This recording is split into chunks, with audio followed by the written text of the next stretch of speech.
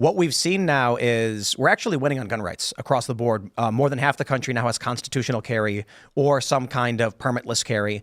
We have the right to keep and bear arms to a great degree.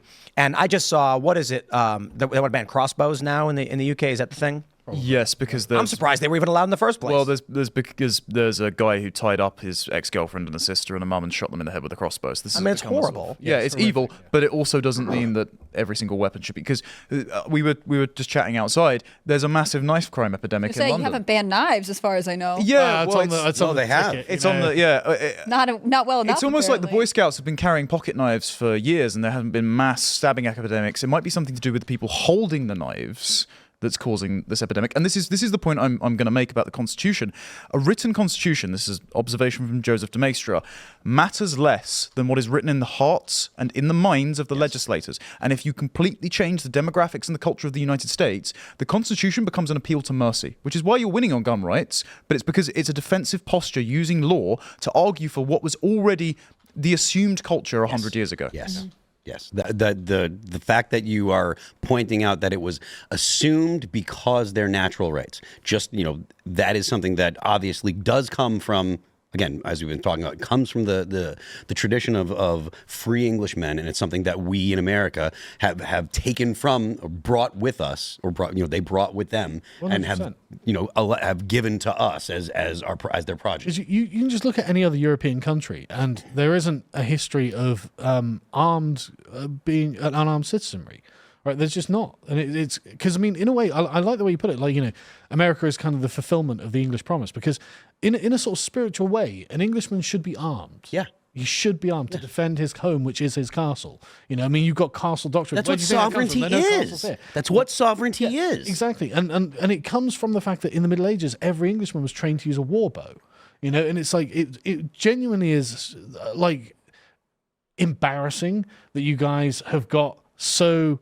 You've got a handle on this, right? And so obviously I love coming to America and going shooting, because I'm just like, I can. There is something spiritual about it. It's like, this should be how it is. Well, what happened to you guys? No, seriously. Like, we lost World War II. No, that's true. There was also a school shooting in Dunblane in Scotland, and then there was a large campaign for disarmament where parents wrote petitions and took them to Parliament. We didn't have a written constitution that said. But I actually don't think that is what I would focus on. My question is, how did the culture change to where what was that cultural? The lack of the Second Amendment. That's what it is. I agree. That's why they passed the law, but the United States has gun culture. Yeah, I know, but the thing is, you have a gun culture because it's codified in your Second Amendment. So every kid in school has this knowledge, but that's not why we have a gun culture. I think it's also to do with the Second World War. In that, think about the amount of homegrown casualties that Britain took. There wasn't necessarily the ability to pass that on down the chain. I think versus that America. I will simplify it real quick. Done. World War II happens, and most of your strongest men and the strongest men of Europe died. Yeah. Partially, but look at, honestly, the size of the United States is part of the reason. Because there was so much frontier, and so much frontier for such a long time, you couldn't rely on the police. The police definitely, the law was you taking care of your family on the frontier. So it was the gun culture comes from the fact that you were on your own if you were on the frontier. Yeah. And the frontier was, we had a frontier until when did California become a state? So it was like 18. Well, no, actually, no. California became a state while there were still a whole bunch of mountain territories, and just basically federal land. Yeah, so I think that the fact that just the sheer size of the United States and the necessity of having the arms to hunt and to provide for your family and also to defend from the possibility, I think that has a lot to do with it. Industrial cities were in closer proximity to one another in England than in the States, and also things like street lighting and then the innovation of Peel's police over here that would have. But also that sort of thing's only possible in a culture that has a very high trust culture, where it's. In America, you were a lot more social contract culture, right? Mm-hmm. So it's like, okay, I've got a set of rights and you've got a set of rights and we're not going to come near each other. And if you touch me, whereas in England, it's not quite like that. It's a lot more like tribal, old world culture where it's emotional and sentimental. You've got different accents 5 miles apart. It's wild. What percent of the UK would you consider to be wilds? I don't know about percentage. But I don't Yeah, think, yeah. we don't have much of wilds. We have So- like Yeah, cultivated what do you mean countryside. wilds? Nothing in England's wild. So zero. Yeah, No, but the UK as a whole, right? yeah, but So on the British Isles, is there?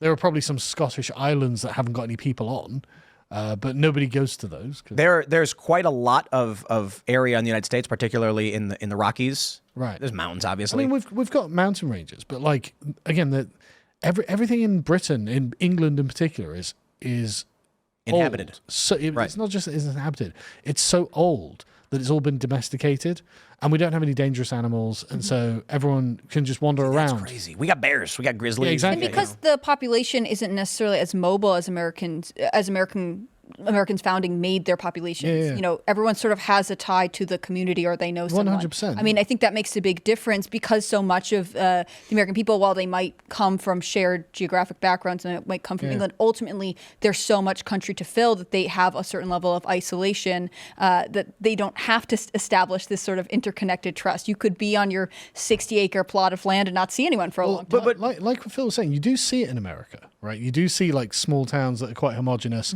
that have been there for maybe 100, 120 years, something like that, where that kind of culture has grown up in it. And so you can imagine that most of those guys probably aren't carrying guns, because why would they bother carrying guns, right? Well, imagine a whole country like that, where everyone's very domesticated, very close with one another, very close to the land. And like I said, there are like, forests and mountains, but like they've got trackways that are 1,000 years old in them. That Right. everyone's walked for such a long time. And so it's just not the same. There's no wild land. Look, this is pretty wild because I pulled up Google Maps. Yeah. And I'm looking at the UK and I see this green over here, and I'm like, okay, there's got to be some trees. And you zoom in, it's houses and farms. It's all fields. Yes. Yeah. It's all people everywhere. Yeah. And some trees. And If you get to the north of Wales, you'll find Snowdon. It's a country of hedgerows. Yeah, no, that's 100%. It's a country of hedgerows. But what does that mean? That means the whole where's Snowdon? thing. Where's that? It's the mountain range, just south a little bit. Just you South can a see little it. There we go, This? right in the middle. No, a little to the right. To the right? Yeah, it's about there. I can't tell. These look like they might be mountains. Yeah. I love Yeah, geoguessing. it'll be around there somewhere. But Yeah, there you go. But you're absolutely right with the hedgerows. Okay. England, Wales, Scotland, covered in hedgerows, because what these are ancient settlements. Like where farmers, yeoman-free farmers, have marked off. Okay, well, I've bought this bit, I've got that bit. We've split this between two sons or something like that. And so the whole thing is just an ancient settlement that's grown up over such deep time, like going right the way back to before the Romans had arrived.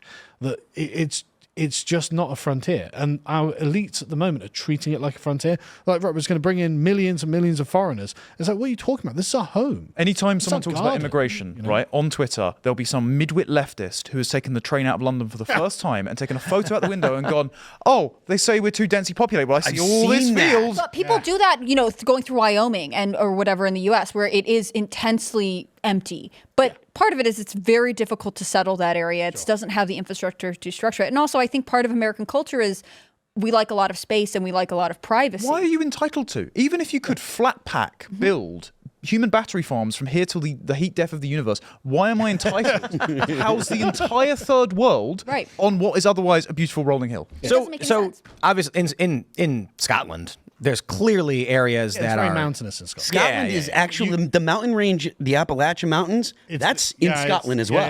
yeah. So the actual the Appalachian Mountain Range is older than the Atlantic Ocean. In Scotland, if you can zoom in on it a bit, you'll see on the sort of like the north left, right? It's all around here.